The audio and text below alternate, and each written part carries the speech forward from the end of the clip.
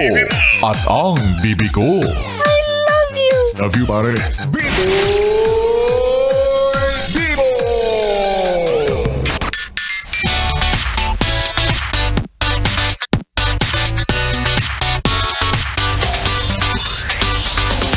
Yes, friend! 101.1 Yes, FM. At kasama mo na ang bibi mo sa radyo, DJ B-Boy Bibo! Yes, friend! Alam mo ba na may mga bagay tayong pilit nating hinahanap pero hindi natin makita.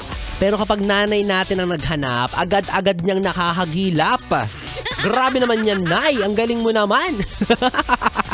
So feeling ko ito na yung time, ito na yung moment at pagkakataon para ipahanap kay Mama yung the one para sa akin. Yung taong makakasama ko habang buhay, mapakihanap please. Kailangan ko na urgent. Pero kasi sabi ni Mama, 'di ba? Sabi ng mga nanay, pag yan nakita ko, makikita mo. Diba? Yun nga yung goal, Nay, 'di ba? Kaya nga hinahanap. Di ba nakita mo, thank you, Nay, 'di ba? At saka sabi pa nila, 'di ba? Pag yan nakita ko, ipupukpok ko yan sa ulo mo. Ay, wag naman, Nay. Grabe naman si Nanay, ang brutal naman. Sige, Nanay, ako na lang po maghahanap, 'di ba? Ng ano pala. Ako na bahala, Nay. Upo ka na diyan.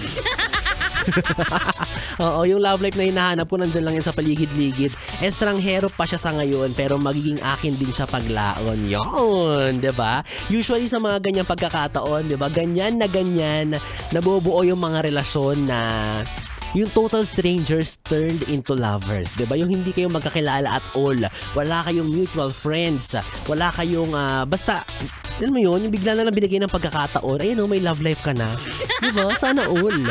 Diba, when kaya yung habang naglalakad or nagliliwaliw ako sa BGC tapos bigla akong may makakabungguan. What? Nakabunggu ang scooter. Yung nagmo-mover pala, no?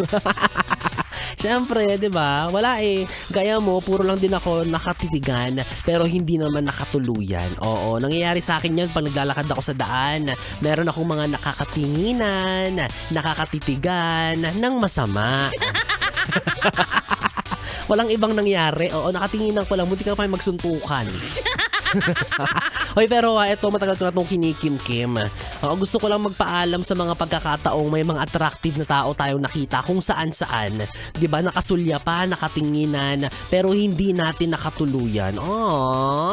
Sabi nga nila, 'di ba, kapag ganyang na-feel mo na may parang connection sa pagitan ninyo ng dalawang taong 'yon or sa inyong dalawang tao, 'di ba? I-approach mo na kaagad. Makipagkilala ka na kasi wala namang masama, 'di ba, kung makikipagkilala ka like, "Hi, my name is B-Boy Bibo." Ganyan. Tapos add mo ako sa Facebook, mga ganyan, akin na yung number mo. Di ba, wala namang masama kung magta-try ka, di ba? Magsisimula lang kayo sa pagiging friends, hindi naman magjowa agad. Di ba? Lalo na kung yung intention mo naman ay walang masama unless mukha mo yung masama.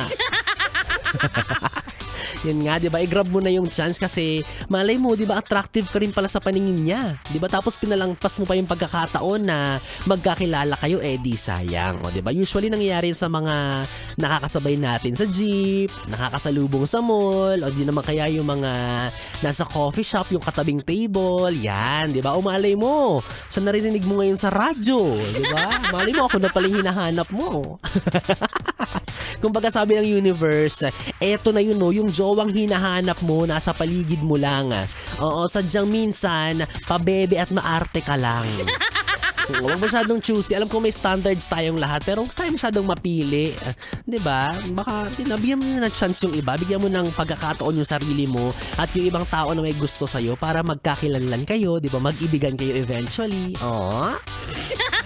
Sang-asa na naman siya, nagdedelulo na naman siya. Diba? Try mo lang din. Oo, tapos malulungkot ka kasi wala kang jowa. Hindi ka rin naman gumagawa ng paraan para magka-jowa ka na. Diba? Wow, coming from me. Wala na, may isang mahalaga naman ay ikaw na yung kapiling ko sa mga oras na to. Dahil kapiling na pa ako, DJ B-Boy Bibo, ang DJ na single, ready to mingle, basta walang label. At magkakasama tayo hanggang mamayang alas 12 para sa ating DB Time. Dito pa rin at dito ka lang sa istasyong Tanggal Limot ang Problem, ang 101.1 Yes FM.